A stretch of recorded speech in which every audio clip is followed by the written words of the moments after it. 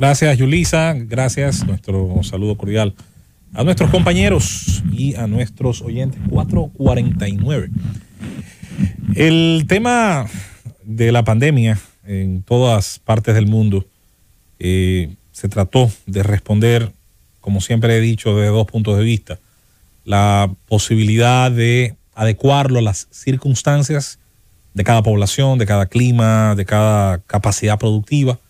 Eso incluso llevó a algunos países hasta negarlo. En Europa hay un país que se llama Bielorrusia. Cuando usted quizás era más muchacho, leía en los mapas soviéticos Rusia blanca.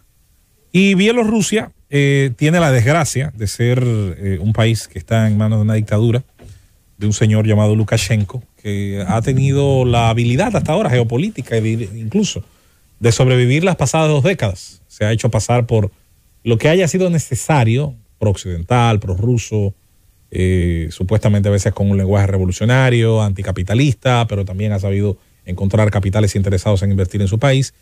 Y bueno, ese señor, que de los tiranuelos, de los tiranos que de manera abierta sobreviven en el mundo actual, bueno, su tesis con respecto al tema del coronavirus y otras cosas más es simplemente negar que existen. Eso es todo. Negar que existe, creo que en un momento recomendó a sus conciudadanos beberse no sé qué cosa. Al final es su manera de ver la realidad. ¿Acaso eso va a evitar que alguno de sus ciudadanos sea contagiado por la enfermedad y tal vez desarrolle algún nivel de gravedad y hasta pueda morir? No, la realidad no va a cambiar por lo que opine Lukashenko. La realidad va a estar ahí y su país, tarde o temprano, hasta por las mercancías, hasta por las personas que en la frontera tienen contacto con otros de otros países, podrían convertirse en un vector de expansión del coronavirus. Pongo ese ejemplo, un ejemplo extremo. Bien podría poner el de Norcorea o bien podría poner el de algunos países de África de los cuales no se tiene ninguna data oficial, no se tiene ningún tipo hasta ahora de idea de cómo está el tema del contagio. Nosotros en el caso haitiano, y más de un amigo de esos que le gusta forzar la realidad para tratar de probar su punto, con más de un amigo de esos he tenido a veces la situación de discutir y debatir, porque hay gente que se ha atrevido a decir que Haití ha manejado y que mejor el tema del coronavirus que República Dominicana. Mire, yo le tengo toda la crítica del mundo a este gobierno y a la dirección que ha tomado decisiones sobre el coronavirus, pero no me atrevería a ir tan lejos como para decir la estupidez de que una nación que no tiene hoy por hoy ni siquiera la capacidad de generar diagnósticos y hacer un levantamiento de información confiable ha manejado mejor que la nuestra, con todos los defectos que podamos decir tiene la administración. Ahora bien, en algo sí me quiero enfocar, sobre todo a raíz de la conversación que más temprano sostenía el equipo del gobierno de la tarde con alguien que hablaba a nombre de las empresas que se dedican a la venta masiva de productos alimenticios, la venta al detalle de una serie de productos, esencialmente el caso de los supermercados. Y es el hecho, señores, de no seguir insistiendo en dibujar la falsa dicotomía de la supervivencia humana. Estamos enfrentando un problema sanitario muy grave que ha cambiado y va a cambiar, de eso no hay ninguna duda, la forma en la que vivimos, la forma en la que nos relacionamos, la forma en la que interactuamos entre nosotros. El uso de este aditamento, que por cierto, cuando la gente pregunta ahí en los comentarios por qué a veces no lo quitamos, bueno, acá en cabina, además de que el resto de los compañeros lo usa, a veces algunos no están en cabina o en su defecto estamos lo suficientemente distanciados. Y dicho sea de paso, este es un espacio que se higieniza con una frecuencia, yo diría que impresionante. O sea que quizás por eso, para que sepan que no tenemos ahora puesto esto por esas razones, además de que honestamente a mí me resulta muy cansón sentir el monóxido de carbono que exhalamos, que sale por nuestras narices. En el caso que concierne a la economía, se ha estado pretendiendo desde el inicio dibujar esa falsa dicotomía. Lo peor del caso es que se ha pretendido dibujar. Hay gente que cada vez que el sistema tiene un reto, vuelve a los viejos sueños de derrumbar el sistema. Y hay quien trata de responder a todo reto que se presenta con la vieja idea de que esto hay que quemarlo y refundarlo desde las cenizas. Cuando es todo lo contrario, el sistema, lo que llamamos sistema, sobre todo el sistema del capitalismo, economía de mercado, el sistema de separación de poderes, el sistema representativo, lo que creemos es que hay que mejorarlo y mejorarlo mucho, mejorarlo muchísimo. A veces la mejoría incluso podría terminar generando un producto, generando un resultado tan distinto que a veces sería difícil recordar el anterior o ponérselo al lado y decir, oye, esto es lo mismo pero mejorado. Y sin embargo, de eso se trata. De eso se trata, porque funciona mejor que las alternativas que muchos dicen predicar, pero que no están dispuestos a vivir en sus consecuencias. El tema de la economía forma parte de lo difícil en la discusión, de la parte difícil de la discusión. Es sumamente fácil, sobre todo desde cierta comodidad, mandar a los demás a encerrarse a casa. Aquí hemos descrito 1001 veces las difíciles situaciones de aquellos que pertenecen a la parte informal de la economía. Por cierto, sobre la parte informal de la economía debo decir, sobre un comentario anterior, que este gobierno no logró reducir la informalidad a niveles aceptables. Más de la mitad del ejército laboral activo que está integrado al trabajo en la República Dominicana es informal. Se pueden haber creado y haberle puesto nombres atractivos a muchos mecanismos, pero al final los resultados dicen otra cosa.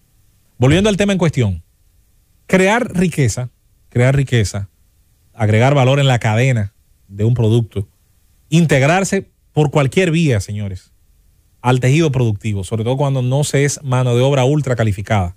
Léase, en buen dominicano para quienes nos escuchan, cuando usted no va a acceder a un área de trabajo donde previamente sus licenciaturas, posgrados, maestrías, más la experiencia laboral le va a abrir la puerta a un puesto donde usted va a trabajar o dirigiendo personas o dirigiendo maquinaria y personas, equipos y personas, haciendo estrategias y teniendo un área de trabajo generalmente muy segura y limpia. No, la inmensa mayoría de los que trabajan están todos los días tratando de generar riqueza, poniendo en riesgo su cuerpo, su salud. Trabajar construcción, por ejemplo, el que está pegando blocks, el que está arriba de un andamio, todos los días coquetea con la muerte, porque un andamio de esos perfectamente cuando colapsa se puede cobrar la vida, y a veces ha pasado, todo el mundo conoce algún caso de un obrero que penosamente ha perdido la vida. La agricultura, sobre todo la menos mecanizada, y vivimos en un país que ha hecho muy poco esfuerzo por alivianar las cadenas de costos para integrar todo el aspecto mecánico y automático a la producción por hectárea, todavía sigue siendo un trabajo donde el agricultor termina no solamente cansado, adolorido, herido en su cuerpo, con partes de su cuerpo desgastadas, y que van acumulando traumatismos, van acumulando traumas que luego terminan revistiendo la forma ya de enfermedades degenerativas, la mayoría de ellas, en el caso de las que son en el aspecto óseo sobre todo. Y de hablar de los que trabajan exponiéndose a químicos, exponiéndose a sustancias importantes. El que mezcla cemento no lo piensa en el momento, pero está de alguna manera a través de su olfato, a través de su aparato olfativo, están ingresando a su cuerpo partículas de clínker, partículas que pueden terminar haciendo daño. Por eso la construcción, que suele violentar mucho en el día a día los estándares de seguridad que son mínimos para su trabajo, y mucha gente sabe que eso es así, perfectamente también termina reproduciendo esos daños en la salud, en la parte final de la vida de quienes hacen esos trabajos. Esa mano de obra menos calificada no solamente gana menos, sino que gana menos exponiendo mucho, exponiendo tal vez más que los otros. Y es precisamente esos grupos en los cuales hay que pensar, en que hay que hacer un máximo esfuerzo por saber qué áreas van a tener una paralización total. ¿Hay áreas que necesitan una paralización total? Bueno, perfecto. Esas áreas tendrán una paralización total, y ahí es donde debe ir la mano amiga del gobierno cuando hace estos planes, estos procesos que conocimos en los anteriores meses para tratar de sustentar a esas personas. En el caso de otras áreas que tendrán que ser paralizadas de manera gradual, bueno, establecer cuál es esa gradualidad, cuál es ese porcentaje en el que va a disminuir esa actividad económica, y también cargar con el costo que esto tiene. Hay actividades que podrán seguir en mayor medida sin la necesidad de una paralización grande, total, ni siquiera parcial a un nivel importante. Bueno, que se mantengan entonces produciendo riqueza, pero que los estándares higiénicos, los estándares de exigencia del tema de los espacios sean los máximos posibles. Tiene que hacerse ese estudio. Nosotros lo pedimos, recuerdo cuando apenas esto estaba empezando, que se hiciera esa mesa, incluso que se integraran los sectores de la academia, y que no se integraran, sobre todo, señor presidente, siempre hemos pensado, la gente que tiene miedo de decir lo que usted no quiere escuchar. Pasa muchas veces que a los expertos, sobre todo en una sociedad donde se confunde el agradecimiento por la oportunidad dada con el hecho de que tengo en lo adelante, dada la oportunidad que se me da tengo que decir lo que otros quieren escuchar, sobre todo si se trata del gobernante o del ministro en jefe, a la persona a la quien le rindo cuentas. Y eso tiene que cambiar. Ojalá, ya que estamos en un traspaso de mando, que las decisiones, yo diría que de manera obligada, tengan que tomarse acudiendo precisamente a esos grupos técnicos, científicos de muy distintas áreas. Yo he insistido que si solamente fuera el tema sanitario, no fuera nada. Hay que incluir a los expertos incluso en el campo de la conducta humana, hay que incluir los sociólogos, hay que incluir a otros tantos, pero no olvidarse de los economistas. Porque la riqueza que se invierte en salud no cae del cielo tampoco. Sale, adivine de dónde, de donde sale justo el resto del Tesoro Común del Erario, que fiscaliza la riqueza creada a través de las actividades humanas y del intercambio humano.